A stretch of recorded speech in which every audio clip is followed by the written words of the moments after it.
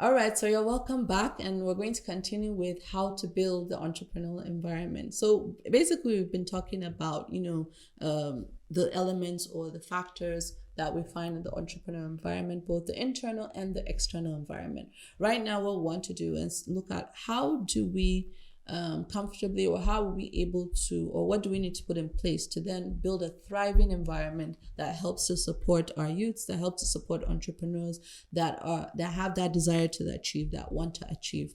Now, having a complete knowledge about these various components helps in building an entrepreneurial environment that facilitates our community to become more entrepreneurial. So the components that we just talked about, but we may wish to start by getting a sense of how supportive our community or current environment is towards entrepreneurs, and understanding that when you talk about the Nigerian context of the entrepreneurial environment, what would you say? I want to hear your comments. Would you say our environment is supportive or it's non-supportive? Now, from my own perspective, I would say we're supportive. Why I would say we're supportive? Because I've known instances where government, now from the perspective of government, has taken measures or lens to put in place, as I said, the Startup Act and tax relief policies that helps towards supporting entrepreneurs, and even infant industries act policies that are put in place to support companies that are just starting off to compete favorably with international companies. But with that, we can also see how government is putting programs in place to train entrepreneurs and to finance entrepreneurs with grants or loans, with 1-digit interest rates. And all this goes a long way in supporting and helping entrepreneurs to thrive in the environment that they find themselves. But what I've noticed that a lot of times, most of these supports, and what most people will tell you that they want support of, is finance. And the truth is that finance is one of the least major reasons why any entrepreneur or startup will be successful. You could have the money, but at the end of the day, how to manage the money, utilize the money, is always where the problem comes for a lot of entrepreneurs. And that's why we say that apart from the financial support that anybody would want from government, from other organizations, it's essential that support comes from also learning the skills and expertise, as we mentioned earlier. That's the technical know-how, the education system, as we mentioned earlier on, and building on policies or regulations that support making sure that the orientation is built on that. And then also, when you talk about the family, the family unit, and changing the mindset of the family unit to understand it's not about this is what I want for my child, but help supporting a child to pursue their dreams and passion, so that at the end of the day, they do what they love, and at the end of the day, they do it at the same time they're gaining from it financially. So knowing that goes a long way towards, building this environment that we call. So with building these environments, we have 3 main components as the components of the entrepreneurial environment. We have the culture, we have the infrastructure, and then the entrepreneurial support elements. So how are we able to build that as a society? Now, talking about the culture, and the family, or as I was talking about the family orientation, is essential that when we talk about culture, we're talking about the social norms, the traditions, the religion, and then the family orientation that exists, and then your immediate community. And all these factors or elements play a role in molding you to become who you are as an individual. And at the end of the day, determine whether you're going to be entrepreneurially inclined, whether you're going to, as I said, whether you're going to have that mindset as a risk taker, as a leader, as somebody that's creative or thinks out of the box, is innovative. All that really is determined by how you're oriented from the cultural perspective, from the cultural norms, values, and beliefs that you are imbibed with. So here, what we're just trying to say is that it's essential that government, society is able to kind of change that, that thinking, whereby before you have the typical traditional Nigerian family setting, whereby you have the mother and father. The father, this is what he wants his children to be, and then changing that to what is now slowly coming into place, whereby parents are more now supportive of their youths on what they want to do and making sure they're able to support them in line with that, but then giving them that orientation from even when they're young towards having that ability to pursue their dreams. I can recall my son, what I used to do to him is that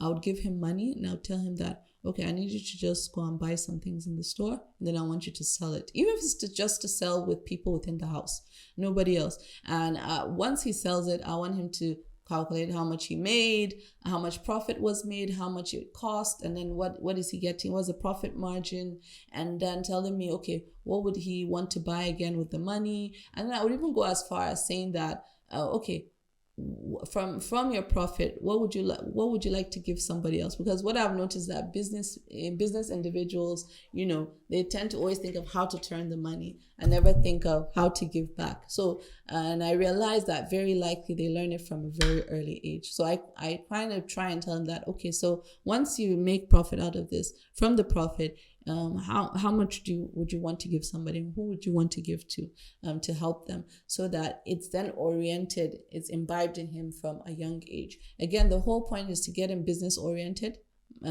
his mind to think towards business, but then at the same time trying to develop that skill as he goes along.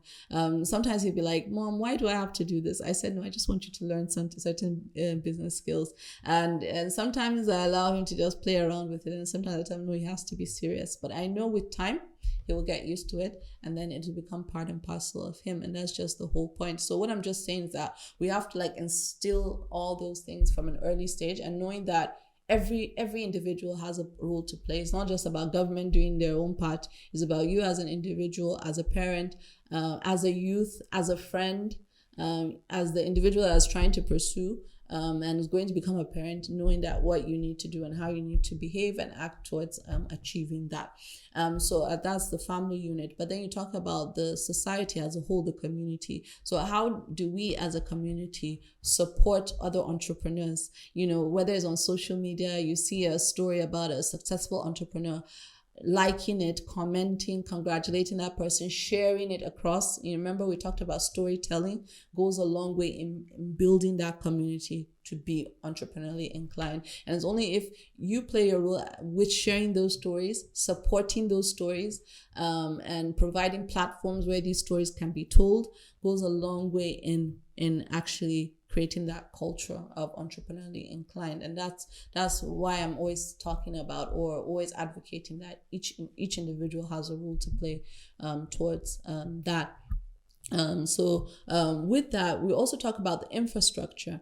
That's apart from the culture, we have the infrastructure. Again, we emphasized on the infrastructure earlier on, but how do we then build or make sure that we have a community where entrepreneurship can thrive, especially with the limited, I wouldn't say we even have limited resources, especially for the fact that we don't utilize our resources in terms of what we have available. Right, so talking about the infrastructure, in the society that we find ourselves in, especially not due to lack of resources, but more due to utilizing the resources that we have, we find, whereby the infrastructure, tends to lack, and of course is not sufficient. Whether you talk about the road networks, you talk about the electricity, we talk about the the telecommunications in terms of the networking when it comes to the Wi-Fi and the network itself, all that has the ripple effect that it creates in terms of the success of these businesses, and these businesses or startups being able to compete favorably within Nigeria with other international businesses, and of course outside of Nigeria globally. So how do we build these infrastructures, or especially within the peculiar society that we find ourselves, or environment that we find ourselves? Now, this is where you have, you're able to create what we call industrial zones. And I know attempts have been made on this, in different parts of Nigeria, but these industrial zones typically are supposed to then have the capabilities in terms of these infrastructures that are available. But these industrial zones would then have everything within the entrepreneurial environment that we've been talking about, and whether it's the entrepreneurial support elements or the infrastructure available there, whether it's the network, whether it's the electricity or the road networks that then connects to the suppliers that are all within that industrial zone. Typically, that's what an industrial zone would look like. And having that would go a long way. Maybe having in each state would go a long way in helping entrepreneurs that have been having these challenges or bottlenecks to then have a chance of being more successful. The less problems an entrepreneur has, the more chances of them making it or thriving is greater. And that's what we have to understand. So we have to try and make the environment as conducive as possible, like having these industrial zones that then provide that kind of safety net and a kind of what I would call like a bubble to then protect the entrepreneur till they are ready to go out into the world. So it's just like having a cocoon, a butterfly cocoon, whereby you have a butterfly inside the cocoon and it's protected till it's actually ready to fly, and it won't open. The cocoon will not be open till it's fine. That's just how you see an industrial zone. And if the Nigerian government is able to put these industrial zones across the board in different regions of the country, even if it's regional, if it can be state by state, it would go a long way in providing that safety net that entrepreneurs need and making sure that everything is readily available for them to have a better chance of thriving, with their startups. Then we have the entrepreneurial support elements, and we talked about these support elements, like the venture capitalists, like the financial institutions that provide, these capital investments, and so have you, and then of course the research institutions, and all these support elements, and of course the training and workshop support systems. All these elements at the end of the day, or these platforms, are able to provide support towards improving on the skills of the entrepreneur, to make them better in terms of their abilities and capabilities, their expertise and skills in a certain area, and making sure that they have a better chance of thriving within the society. You talk about the venture capitalists and government trying to support these platforms of venture capitalists, but then also us as individuals. You have a lot of individuals in the diaspora, Nigerians in the diaspora, that have the means and abilities to actually support some of our youths in Nigeria, coming back to the board and sitting down and seeing how we can invest in the youths towards supporting them financially, but not just financially, in terms of the expertise, the experience that one has had in the past, and able to support them towards guiding them on how to go about in their business, and even providing them with a network of suppliers, of customers, of markets, so that they'll have easy entry into the industry that they want to pursue. And this would go a long way if we're able to put our heads together towards trying to achieve that. And at the end of the day, what I'm just saying with this is that when you look at the components of a typical entrepreneurial environment, the culture, the infrastructure, the entrepreneurial support elements, you can see how, yes, government has the major role to play, but we can see how us as individuals in the society have even a greater role to play by providing our own support individually to not it doesn't have to be to everybody, but 1-2 persons, and that way we're able to create that multiplier effect towards helping society as a whole. So I think if we're able to put that into perspective, it will go a long way towards trying to build the entrepreneurial environment as we know it. So with that, just looking at the culture, we say we have the acknowledgement of importance of entrepreneurs to the local as well as national economy, and understanding that and it goes back to the success stories that I was talking about. Once these success stories are told and communicated across the board and celebrated, which is so important, celebrating these success stories, it goes a long way in creating more entrepreneurs. It brings about that multiplier effect. Then you have the appreciation of values that entrepreneurs earn, in terms of how people value them. Of course, typically some societies will tell you, again, it goes back to what our parents see as important. They say, I want you to be a lawyer or a doctor, and that is celebrated. Because that is always celebrated, that's why then you have youths that want to become lawyers and doctors. And I'm not saying that lawyers and doctors are not important, or they shouldn't be as important. They should always be celebrated and continue to be celebrated. But if being an entrepreneur is celebrated in that light, I think it will go a long way, and also bringing about more push, and of course more individuals wanting to be entrepreneurs. Then welcoming entrepreneurs who are out of the norms, in terms of those that have out of the box ideas, who are creative, also goes a long way, and not only focusing on the typical type of businesses that we have. And that's why when we talk about new markets, bringing in new ideas that have never been thought of. And once individuals see society has started accepting new ideas, then it also then propels them, or gives them the confidence to then bring up their own new ideas into the game. And I think that's another issue that we have to understand, is that a lot of times our youths have great ideas that they are not encouraged to bring out, because they feel people will frown against it or will not take it seriously. So they actually, either the idea actually dies as an invention, or it is pushed to another environment altogether that actually values ideas like that. I think the good example is the yam pounder. As I was told, the yam pounder was actually created by a Nigerian individual. He brought it forward to government. Government didn't take it seriously. They weren't interested. And then I think a Chinese company or Chinese individuals saw the idea. They valued the idea. And then it became what it is, the yam pounder today. But it says made in China, not made in Nigeria, even though the inventor was a Nigerian. This just shows you typically, some of the problems that we have as a society in terms of our culture and orientation, and then how that reflects upon what our values and systems are like, and then how that reflects upon our youths and their ability to be successful in what they do.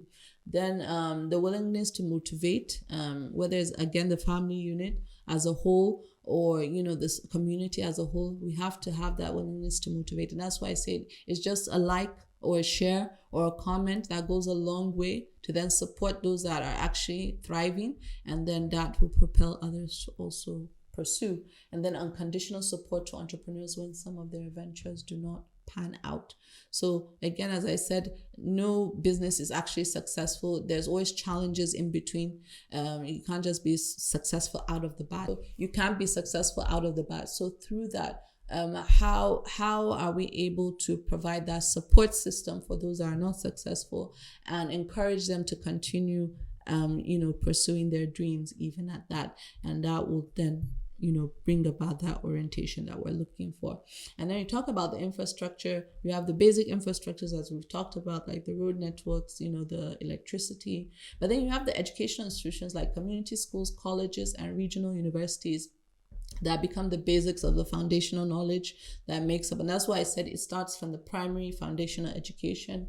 And then you have the cultural and recreational resources in terms of what becomes celebrated, but then what becomes a platform that is used to then celebrate these entrepreneurs, and it becoming part and parcel of what exists.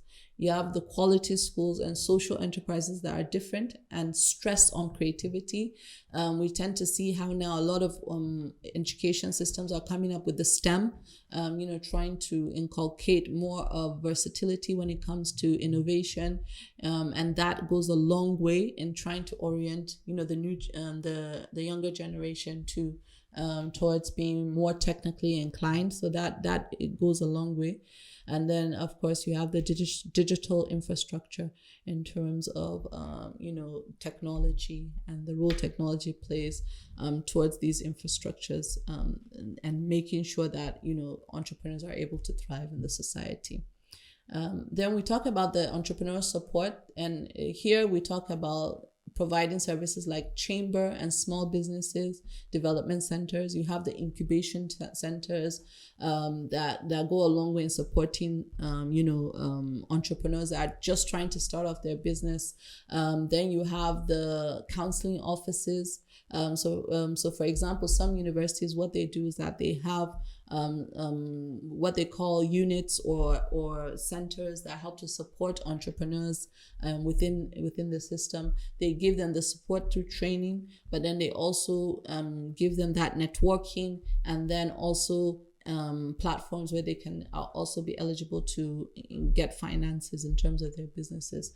And this goes a long way through the support system. So you have the networking organizations, financing programs, as we know it, these institutions, whether it's government or private. There's a lot of financing opportunities now. Yeah, I know Bank of Industry. We know UWIN is a program for government that also provides opportunities. We have more of the private financial institution financing bodies, but when you talk about Tony Alimolu Foundation, they have both support of the skills and the finances, and all this goes a long way towards supporting the youths towards achieving their goals. Then we talk about the mentoring and coaching, and then the youth entrepreneurship programs. With the mentoring and coaching, of course, you see individuals, and this is again where us as individuals can come into play. As an individual, you have a role to play to be a mentor or a coach to individuals through your experience that you have gathered through the years, to then support them towards orienting them towards leadership skills, communication skills, emotional intelligence skills, and then, of course, the actual business skills towards managing a business to be successful. So with that, we can see that for an entrepreneurial environment to thrive, there are various internal and external environmental elements that need to be put in place or need to be there for success. And although you can't be successful with just one component, each component plays a role towards that to make the entrepreneurial journey easy. But for us to be able to build a more thriving entrepreneurial environment, we have to consider the culture, we have to consider, of course, the infrastructure, and then we have to consider the entrepreneurial support elements. And knowing that, yes, government plays the major role in making sure that it's put in place through their policies and laws, but us as individuals also have a role to play individually towards making sure that the entrepreneur thrives in the society. All right, thank you. So I want to stop from here, and I hope you enjoyed it, and I hope I kept it short and simple.